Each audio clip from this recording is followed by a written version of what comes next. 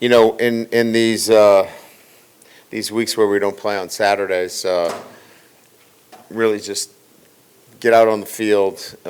Today it's, as a coach, you love them because you get to go over all of the mistakes that you made in the passing game, the running game, clean those things up, which we got a chance to do that. Fundamentals, we got a lot of individual today. And then we got to scrimmage the young guys, that haven't played. So, as a coach, these are as good as they get, because you don't have a game on the other end of it. So, good day today, and we'll do.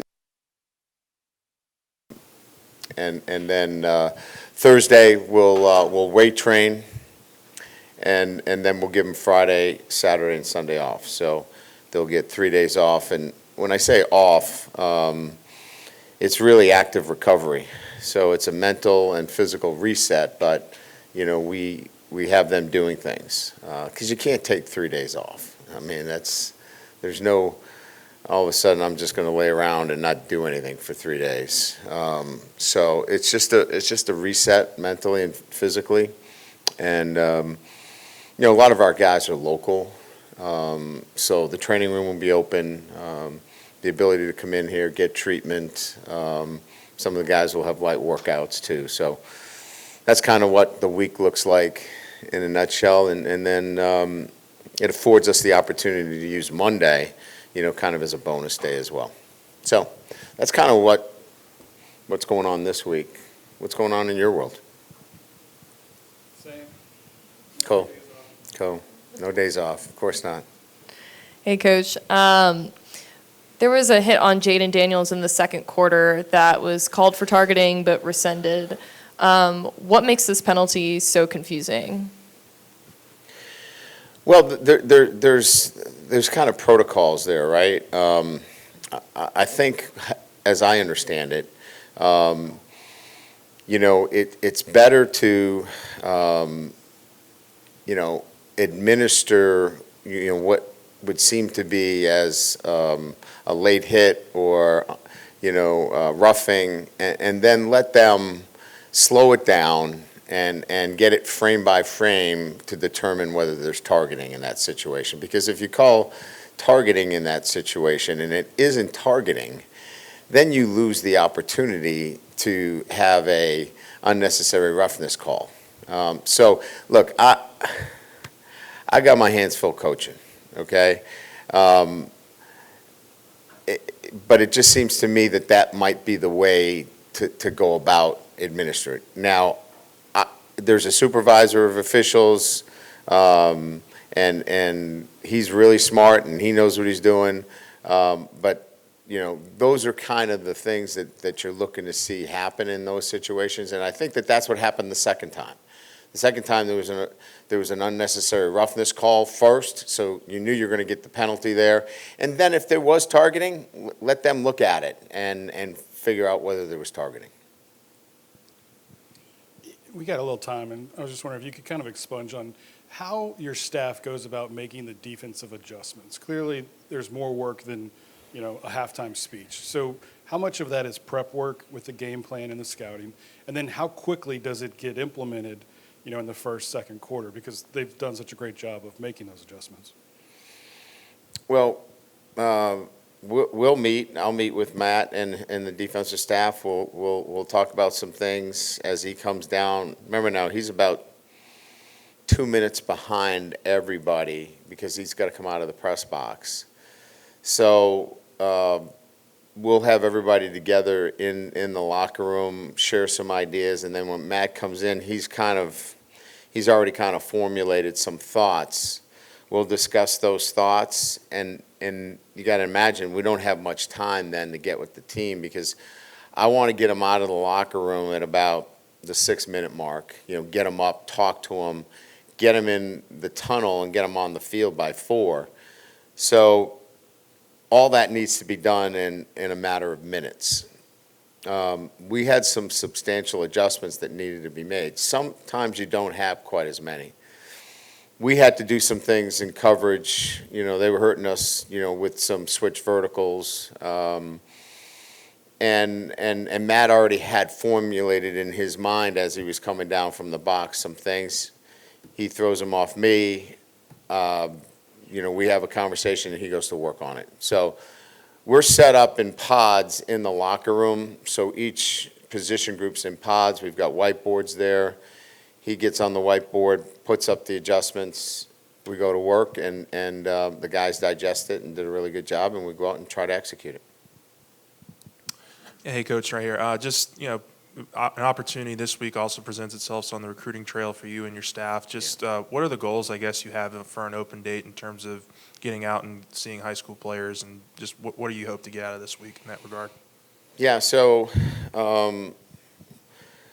we'll send out Coach Polian after practice today. He'll be the first one out. So we did all of our special teams today. So that allows him to get out and get the first run out because we're sending him, a little further out. And then tomorrow after practice, the staff is all out on the road. So we'll get everybody else out on the road. And so that gets us Wednesday, Thursday, and I want to get the staff heading back after Wednesday morning, where they touch base with a recruit Wednesday morning in an evaluation sense, so they can be back here for Friday night, so they can be with their families Friday and Saturday. What we're trying to accomplish essentially is get with our committed players as much as we can, and then our top 24. So this is a combination of 23s and 24s. Coach, right here. You've had success guarding mobile quarterbacks such as Anthony Richardson and Jackson Dart. How important is that now that you face a quarterback like Bryce Young?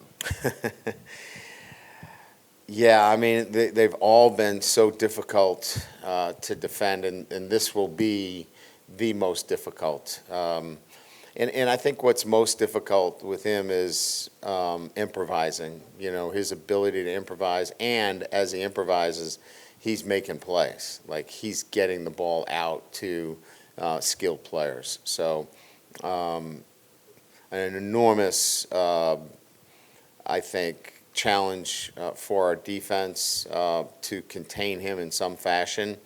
And maybe you even, have to look at, how do you slow him down a little bit, because he just is that good of a player.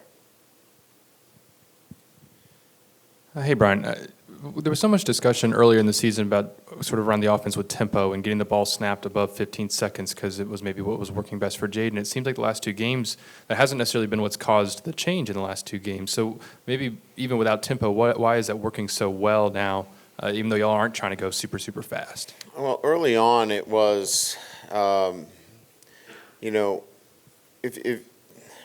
just to give you a perspective, when you go fast, things are they have to be simpler. The reads have to be much more singular because protections have to be one-dimensional because you don't have a chance to check everything. So you can imagine if you go fast, especially teams that really go fast, you can't have a lot of different moving parts within that offensive scheme. So going fast, you can assume that these are not plays that you have to check. These are plays that are repeatable, if you will. And so that was part and parcel of the development of a quarterback that was learning the offense. Now that he is so much more comfortable within the structure of the offense, now you just don't have to go fast to go fast. He has a real good grasp of what we're doing, and now you can run the offense as a pace and change the pace as you've seen. We did that in terms of running the football and changing the pace that way, and that's really the way we want to run the offense. Hey, Coach, right up here. So the defense has allowed early touchdowns within the last 3 games, within the first 2 minutes in the Ole Miss, Florida, and Tennessee games. What can you kind of say about that pattern, and do you think it kind of served as a wake-up call for the defense early in the game, and how do you think you can kind of prevent that pattern continuing against Alabama? Yeah, so, it's one of those conversations we had in coordinators meeting. We went back and we went through the film again and again, and we actually, we did this as an exercise yesterday. We looked at all of those slow starts, and most of them are not physical, they're mental. We felt like mentally, I mean, physically, we were really ready to go.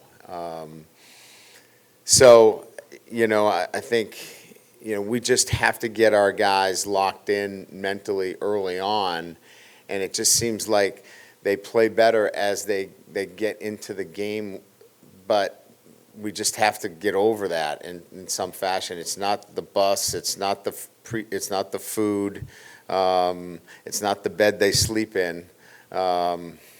It's just that they have to come at it with a different mindset, because it's really a lot of mental errors. It's not physical errors. Hey, Coach. I think people on the outside would look at the win-loss and think y'all are further ahead than maybe people thought in year one y'all might be at this point. Does that match kind of are y'all on pace with where you wanted in terms of kind of building the foundation and kind of learning new habits and all that stuff? Or kind of, is that a reflection of that, or is there still work to be done there? Oh, there's a lot of work to be done there. I mean, recruiting for us has just started. Like, this freshman class is the first class that we have gotten in the doors here, and we only had a few months to recruit it. So, you know, our first true freshman class is coming up, you know, and so, you know, building your program is through recruiting as well. We're establishing habits, we're establishing a standard, we're establishing those things, but that takes time, and we're making great progress. These kids have done everything we've asked them to do, but we're still, you know, obviously building this thing, and it's still going to take a while before we get to that point where, you know, everybody is feeling like we have gotten the program to where it needs to be. Ryan, what were your thoughts on the fans rushing the field Saturday? I imagine that's not something you can. Yeah, I was really surprised. I mean, I didn't expect it. I was doing an interview, and the state police, you know, grabbed me and said, "We got to go," and I was like, I didn't think the interview was that bad, you know. And no, they were coming over the wall, and I just was surprised. You know, it didn't appear to me that there was anything in my mind that you know, that this would be a game where we would storm the field. But hey, let's do more of it, I guess.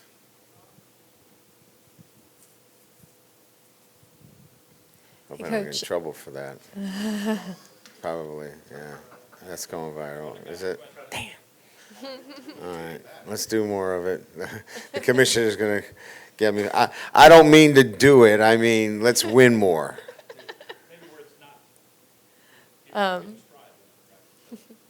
Thank you for correcting me. I meant it in all seriousness that we want to win more. That's all I meant. Thank you. It's an off week. I can be off too. It's also your birthday, so. That's right. What did you see out of Colby Richardson, like, this fall camp that made him earn, like, the starting spot at corner, and how has he developed and grown in that spot since? Well, he was a bit of a surprise, obviously. I think just the raw athletic ability and opportunity, right? I mean, we were really in a tough spot there at the cornerback position. So I think opportunity, raw athletic ability, experience playing the position, and look, as I said, timing, right? All those things kind of played a really good role for him. And now he's been able to, you know, obviously come in and play for us with, you know, there's a bit of a rotation there, obviously, you know. Converse has played a little bit of a safety position, which has been, you know, really helpful for us, but those guys are rotating in and out. But he's been a really pleasant surprise for us that he comes in and is able to give us, you know, quality play. Great, thank you.